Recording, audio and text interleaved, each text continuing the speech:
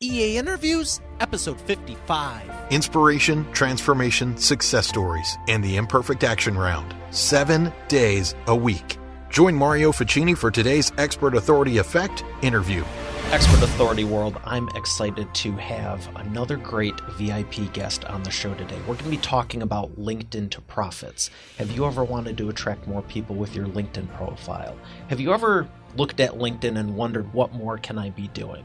I know I personally have. Have you ever wondered what's the difference between a paid account and a free account? Why would you want to be doing these things? What is this publishing? What are all the new features? We're going to be covering all of that and probably more in just a second. I have none other than Tracy Enos, and she's going to be sharing with you right after we thank our sponsor. Congratulations, you got started with your cell phone, and I welcome you to the live streaming game. Now you're comfortable on camera and going live regularly, but I caution you, don't get stuck in startup mode. This is why I stepped up my game with Wirecast Pro and advise you do too. Get your 30-day free trial at eainterviews.com/Wirecast. Here she is, ladies and gentlemen, the lovely Tracy Enos. Tracy, how are you doing today? Hey, I'm fantastic, Mario. It's a wonderfully wet day here in Kansas City, but I love it because it's not 30 below zero. Well, that's true. You know, always have to have that good outlook. Right. Tell me about your business. How'd you start it? Why'd you get into it? Well, I didn't start doing the LinkedIn thing. I had been laid off, downsized twice in 4 years by corporate America. And I think it was 2012, November of 2012. I was kind of living off my savings, and I just really didn't know what I wanted to do. But I had been doing some things, with the last company I worked with. We found a lot of our demo or promoters for these Sam's Clubs and Costco's using LinkedIn and Craigslist. They fill out an app, and we would, as a regional manager at the time, it was my responsibility to find and hire and train these folks. And so I spent a lot of time in LinkedIn back then. But then when I lost my position, actually everybody in the field lost their position that fall. I just didn't know what I was going to do. Twice in 4 years, things looked a little bleak. And then I got a phone call from my sister-in-law and said, your sister Terry is starting to lose her short-term memory. You need to come see her. So my sister had brain cancer, and we still don't know, where she got it from, but I love her to death. And she was the big entrepreneur in the family. And so I went out to California, and her and I sat down with a glass of wine, and we talked shop. And she told me, she goes, you just need to take a risk and go for it. Look, you've already been doing it, and you're teaching people how to do stuff for free. So why don't you just get paid for it? And she had a similar situation being a graphic artist working for a big advertising firm in San Francisco. It just wasn't her thing, and she just wasn't feeling fulfilled at the job. And so she started her own business and learned how to watercolor and opened up her own art gallery in San Jose, and very successful. I mean, she was selling, paintings all over the world. So I took her advice, and I didn't start out that way. I actually was a local marketing agent, or, we had a local marketing a digital marketing agency. So we did websites, and we did some social media, set up people's social media. We did the reputation marketing. We did all that kind of thing. And I kind of just fell into getting, into LinkedIn, going to networking groups. And I got my first LinkedIn client that way. And I really decided I'd like to do this thing. And I know I was having a hard time finding clients here. And so I turned to LinkedIn, and I started finding my clients all over the United States and Canada. And people who could afford to pay me or wanted to pay me or didn't take months to make a decision to work with me. And that's how it started.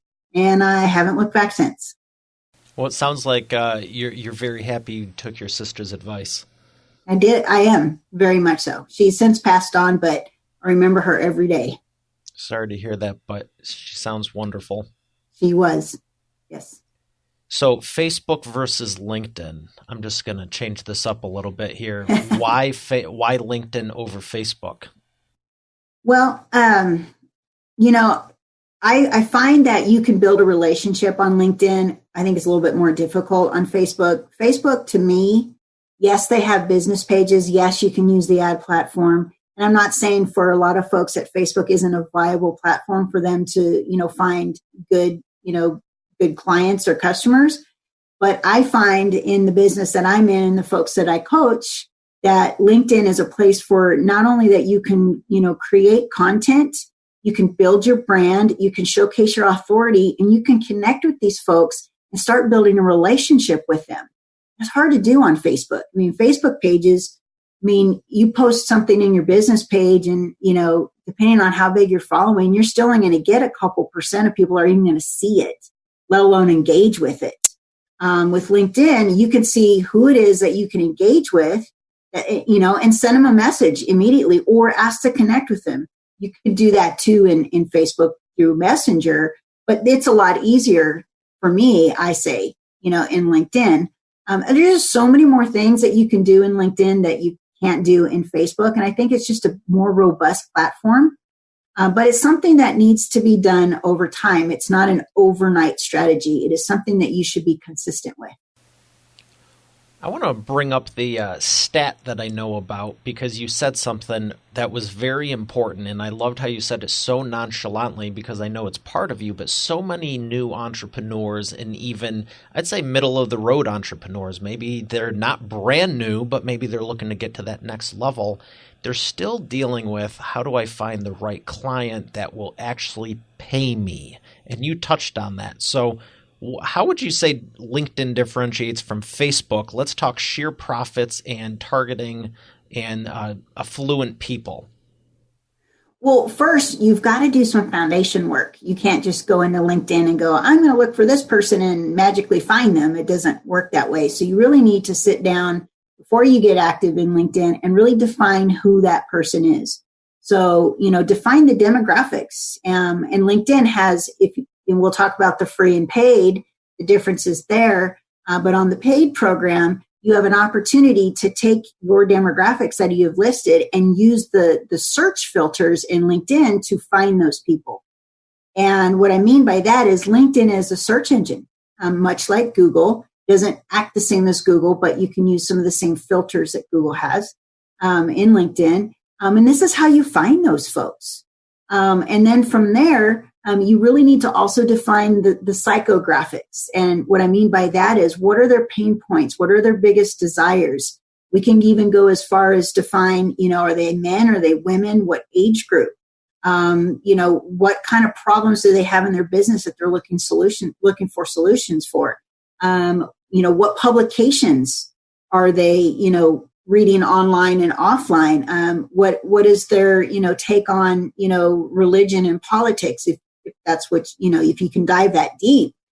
And I could go on and on with, questions that you could ask about your perfect prospect, but this is a start. And then using those search filters in LinkedIn, you use those demographics to find them. And then you take your psychographic information, and that's how you develop content, articles, and messaging. Well, I love that you're touching on the perfect avatar, the perfect prospects, and I do love the different features within LinkedIn because so many people think these are just websites. I'm going to go there, there's social networks, blah, blah, blah. But at the end of the day, YouTube, Google, LinkedIn, I don't think Facebook is really designed as a search engine in the sense Google, LinkedIn, and YouTube would be, but a lot of people don't realize it. And what I was trying to get at, and maybe I should have asked it better, was the differentiation, not just how niche down you can get with people, but the type of people that are on LinkedIn. The biggest differentiator, Facebook being more social and LinkedIn being for business people. And I'm curious, do you know the newest stat for the average income for someone on A versus B? I know what it was one of the time I was thinking of it, but I want the newest one now. Well, it's hard to get those stats because I will tell you what, I think the stats have been lowered a little bit because the fastest growing demographic on LinkedIn is the millennials. And we're talking more like college grad to, your late 20s. So they're not quite making that income yet. And so I think, what used to be over like $100,000 or $106,000 is like dwindled down to more around the $80,000. Oh, wow, that much. Yeah, and then I think Facebook is hitting around, anywhere between 40 and 50. Yeah, the stat I was thinking of, wow, that's a lot different. I thought you were going to say 101. The one I remember was 109, but But at the end of the day, it doesn't matter as much about that. It's more if you're targeting business people. Yes. It's the who on LinkedIn. So for example, another stat is 92% of all Fortune 500 CEOs are on LinkedIn. Now that doesn't mean they're active, but they're there. But there's ways to get in front of them, but that doesn't mean they're active, but they're on LinkedIn. And so, so are a lot of companies. They're private companies, and Fortune, 500 companies are also on LinkedIn, and they have company pages where you could actually go to the company page and click on the employees within that company and start your search from there. So you're kind of doing it backwards a little bit. But, if once you get comfortable with navigating your way through LinkedIn, and it's a huge resource, and I don't think people should be, disregarding it. I mean, it's been amazing for me for 7 years, and as long as they are there, I'm going to continue to use LinkedIn. So you said they're on 92% of Fortune 500 CEOs are on LinkedIn, but they're not active with it, right? Do you think they're spending all their time on Facebook? Do you think they're spending all their time on Facebook? No, they're too busy to play. They're not doing that. Their staff is, but they're not. Like, I'll give you an example. My brother's not a Fortune 500 CEO, but he is an attorney, and there are attorneys on LinkedIn. But because he's a certain type of attorney, he's not allowed to have a LinkedIn, a Facebook account or an Instagram account or a Twitter account. He's on LinkedIn. Yeah. They're actually running the business. They're not sitting there doing stuff all day long for no reason. Yeah, they got better things to do. However, the people that report to the CEO, they are. And a lot of key executives in those companies are also active in LinkedIn. So you're getting past the gatekeeper, but you can also move up the chain of command if you can say the right things to the right people. And then they're the ones that, make the decision to bring it forth to the CEO or the decision maker. It says, hey, I got somebody that we met on LinkedIn. Yeah, even if they do literally print out the sheet of paper for the weekly meetings and say, hey, here's the profile. Right. So tell me more about who you're helping and how you're helping them. Wow. I've helped everybody from the solo entrepreneur to the Fortune 50 CEOs and their staff. So I've worked with SaaS companies out of San Francisco, $40-50 million companies, down to the guy that's making $50,000 a year and wanted to double that. And what's the biggest thing you're doing for them? Are you working with them ongoing? Is it more getting them set up, or is it tweaking things as time goes on quarterly? We've done it all. One of our favorite things that we like to do here, which is, challenges a lot of folks, is actually writing their profiles or rewriting their profiles. We do all the work behind the scenes that I just mentioned, brainstorming keywords and all that foundation work, and then we write the profiles. And a lot of times that's all they want, is because I got a client right now that we just, this is his second time coming to me rewriting his profile. And he says, I got CEOs of these large companies that they're going to do their due diligence and they're going to go check out my social media. And so I've had several clients like that, and it's just for branding purposes, and they don't do much more with it than that.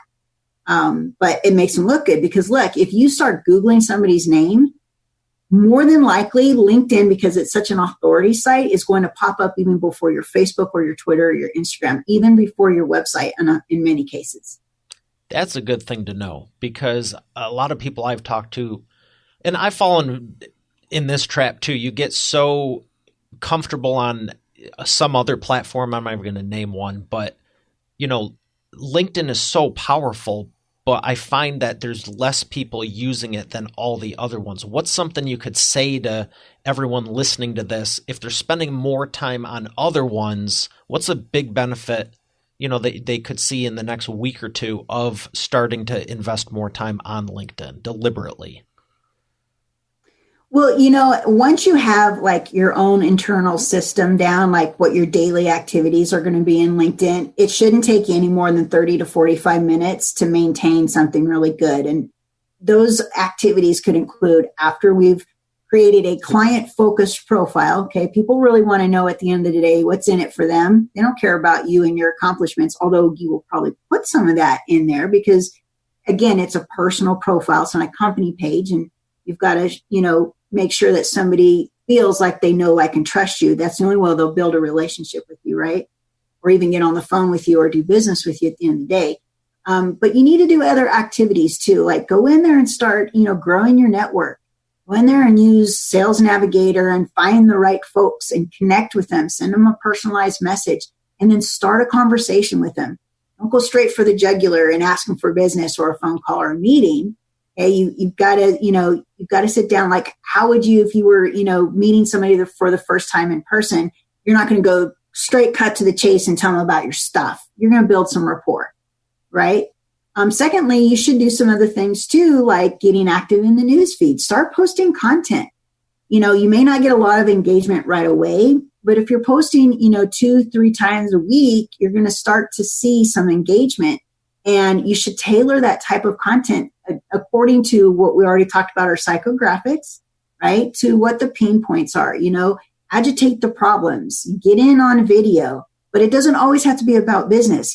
Share something like with family. Like, what was it today? I just shared something about, this is my 3rd podcast this week.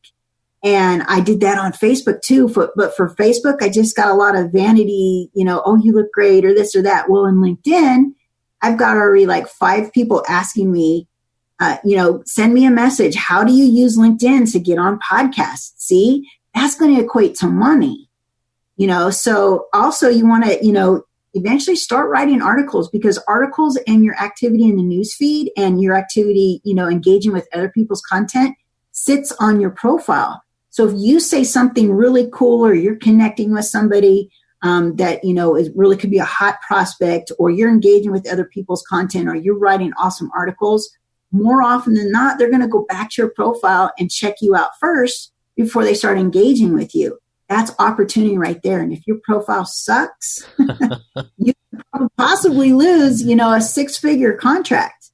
I mean, and I'm serious about that.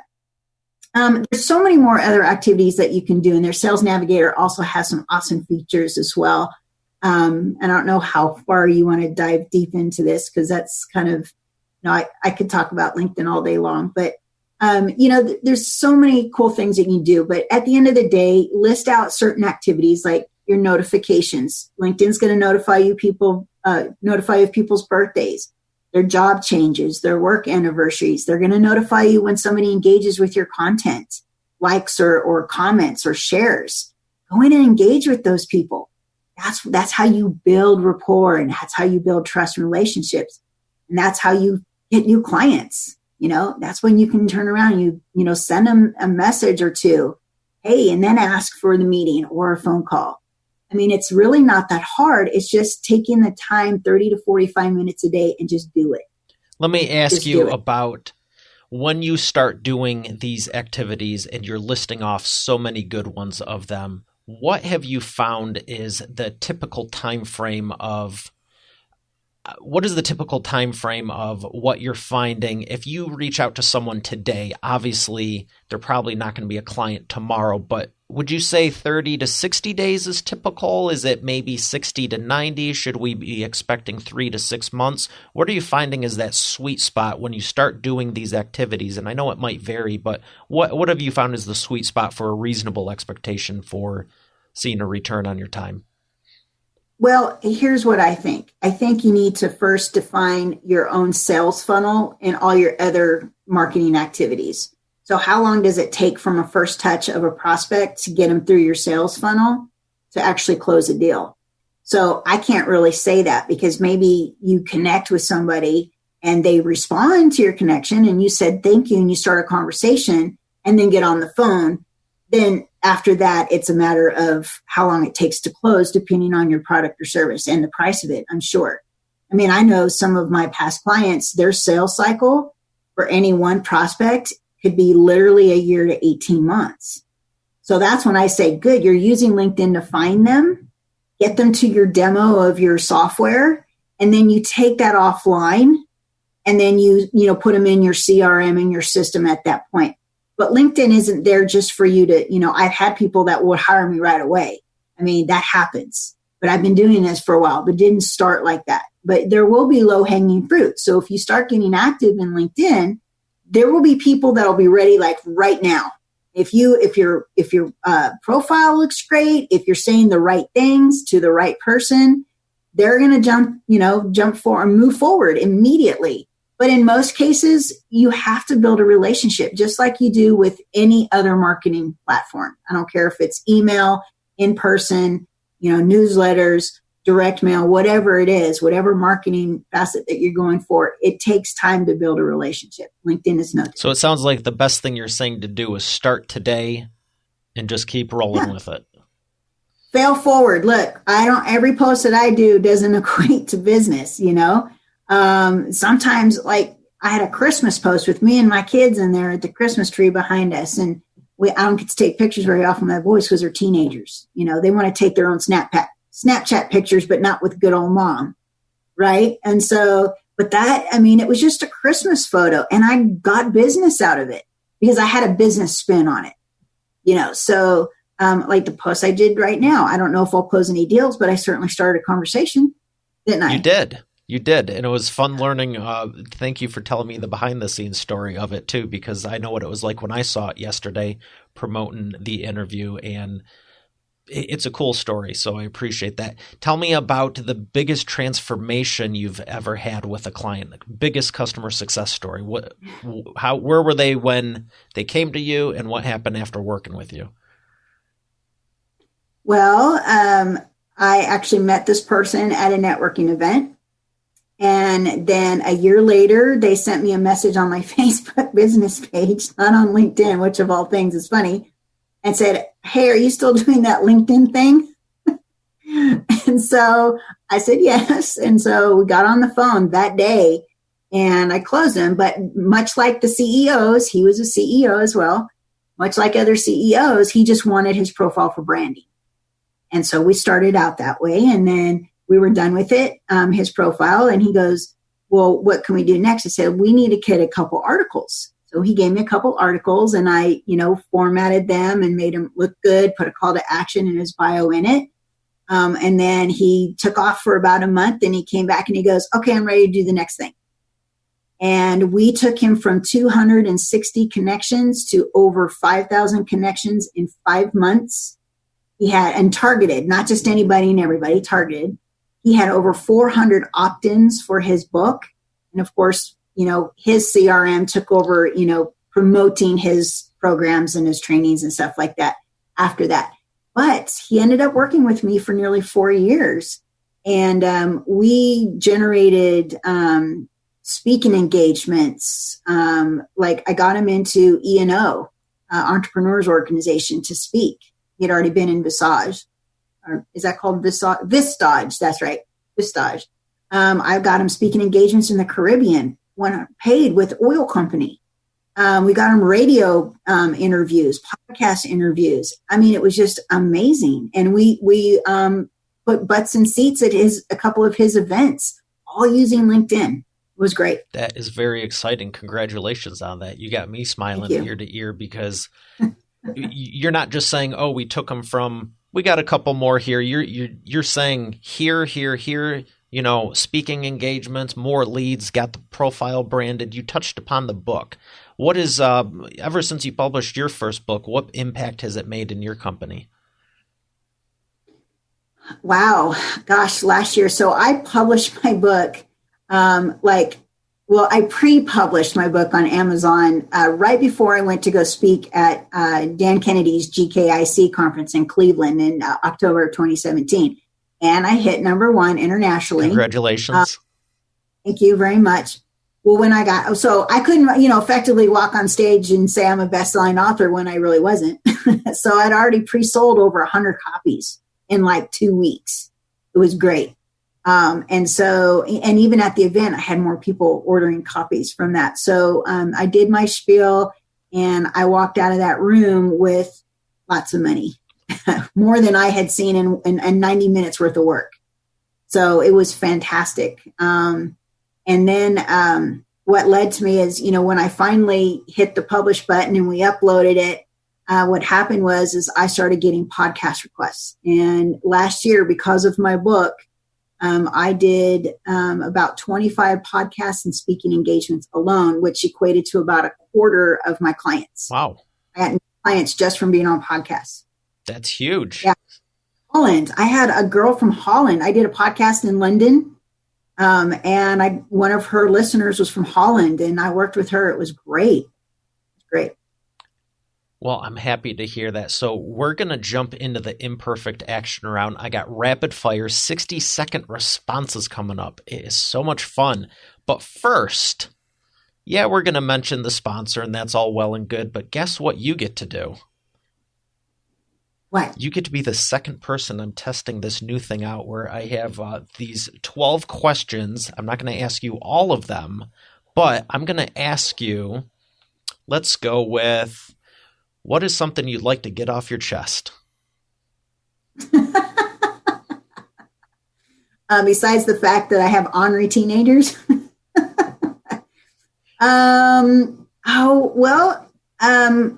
All right. I got a new book coming out, hopefully in 2020. It's called Rock My Scars. And back in 2015, I sustained third-degree burns to my left arm from nearly my elbow to my armpit.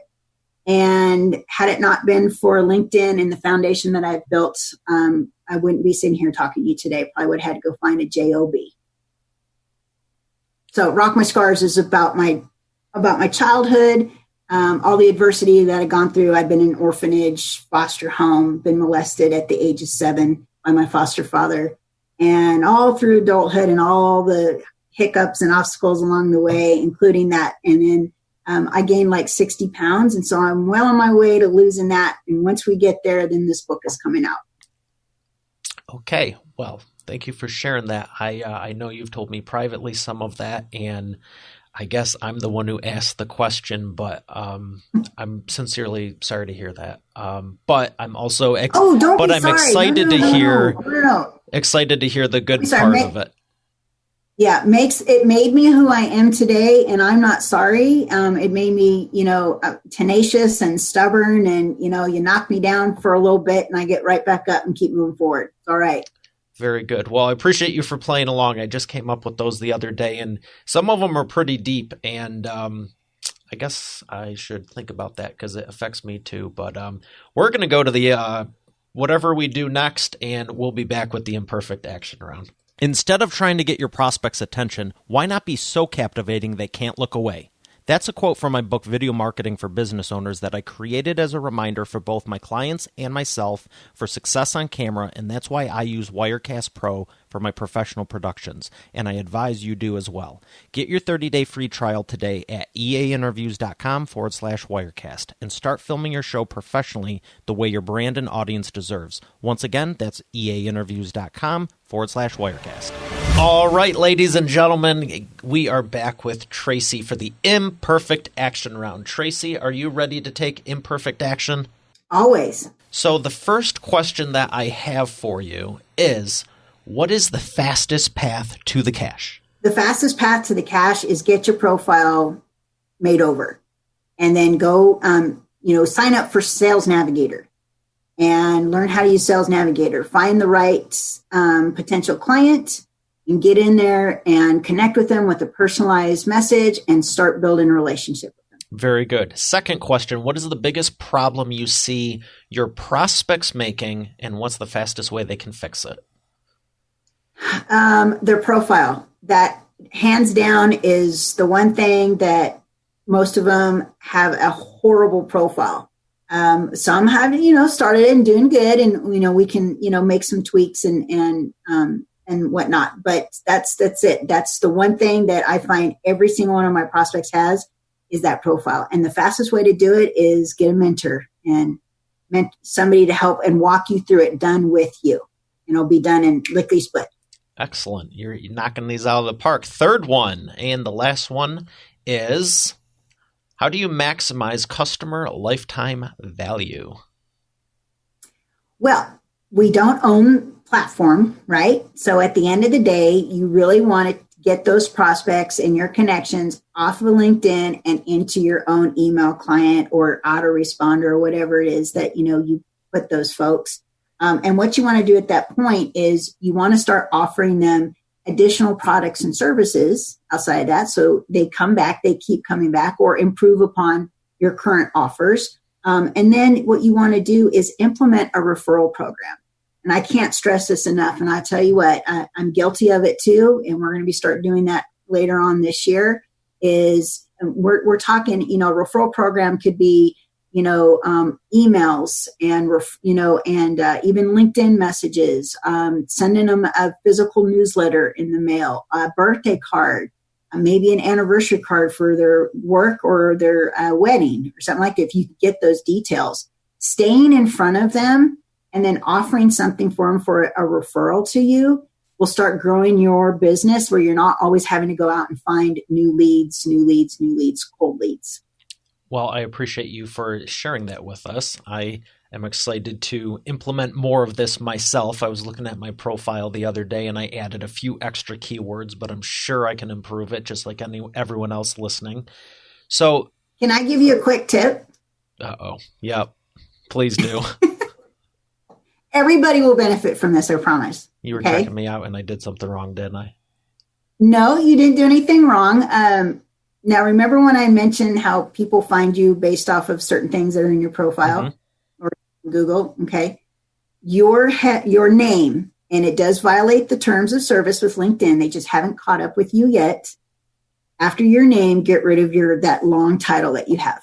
Just keep your name. And if you have any credentials, like you want like MBA, DDS, DM, what DVM as a veterinarian, DVM, any of that, that's fine. And that's allowed by LinkedIn. But anything other than that, websites, some big long thing that you have after yours or emojis or anything like that, LinkedIn will catch up with you and they will ask you politely to take it down or change it. And if you don't, they will suspend your account. Okay. Thank you. You're welcome. I've noticed they've changed stuff over the years and yes. Okay, cool. And believe me, they will catch up with you because I had a gentleman that came to me and he didn't, hire me to help him. But 3 years later, he gave me a phone call and said, this and this and this happened. I said, I warned you 3 years ago. It just took 3 years for them to catch up with you. Wow. Okay. Well, I do appreciate it sincerely. The last thing, a couple from the last. Let's talk about books. Which book has made the biggest impact on your life and business? Oh, it's a brand new book that I just got that was actually a recommendation from a past client of mine. And it is from Frances Scoville. I can't remember her last name. Shin. I think it's Frances Scoville Shin. How to Play the Game at Life or something like that. I can look it up real quick. But she was born in 1871 and died in 1940. And a lot of the stuff in this book reminds me of a lot of what, like The Secret talked about. It's all about mindset and manifestation. Now there's a lot, if you're not very spiritual or if you're not Christian, some of it might, turn you off, but she does in this book have some great trainings and teachings on how to really create your own health, wealth, happiness, love. It's fantastic. And I've been reading it every morning when I get up. First thing I do, grab my coffee, read before I do anything else. And in the last 2 weeks, it's made a huge impact on how I perceive things and how my day goes. It's amazing. I just love the book. Fantastic. So where can people find you? They can find me at tracyenos.com. I thought you were going to lead with LinkedIn for real. I was curious what you were going to say. I really was. Well, all the links there to my social media is on there. We'll make sure they're in the show notes too. But other than your website and LinkedIn, is there anywhere you'd like them to directly go to? Yeah, absolutely. There's I now have if you all want a copy of my free book, the best-selling book. I also got a couple bonuses in there, and one of the bonuses in there is actually what I only give to my private clients. The reason I'm doing this is because there's a couple new LinkedIn features. Once they roll out a beta here in 2019, I will be doing 2.0 of the book. And that will be live videos in LinkedIn. So kind of like 3 years behind what Facebook did. And then also for those who like to write articles but are struggling to get anybody to see their articles or their content, you will now have an opportunity to get people to subscribe to your content in your articles, that's amazing. Now you don't have to go out there and spend days and, weeks trying to promote just one article. Fantastic. And so that will be 2.0 coming up here in 2019. So you can go to linkedintopublishing.com. Excellent. Well, and let me tell you that book real quick. That book is by Florence Scovel Shin, and it is The Game of Life and How to Play It. Excellent. I'll make sure that gets into the show notes. Tracy, it has been an absolute pleasure. Thank you for sharing with us. Thank you, Mario. We will see you on the next episode, and have a great day, and God bless. Congratulations, you got started with your cell phone, and I welcome you to the live streaming game. Now you're comfortable on camera and going live regularly, but I caution you, don't get stuck in startup mode. This is why I stepped up my game with Wirecast Pro and advise you do too. Get your 30-day free trial at eainterviews.com/Wirecast.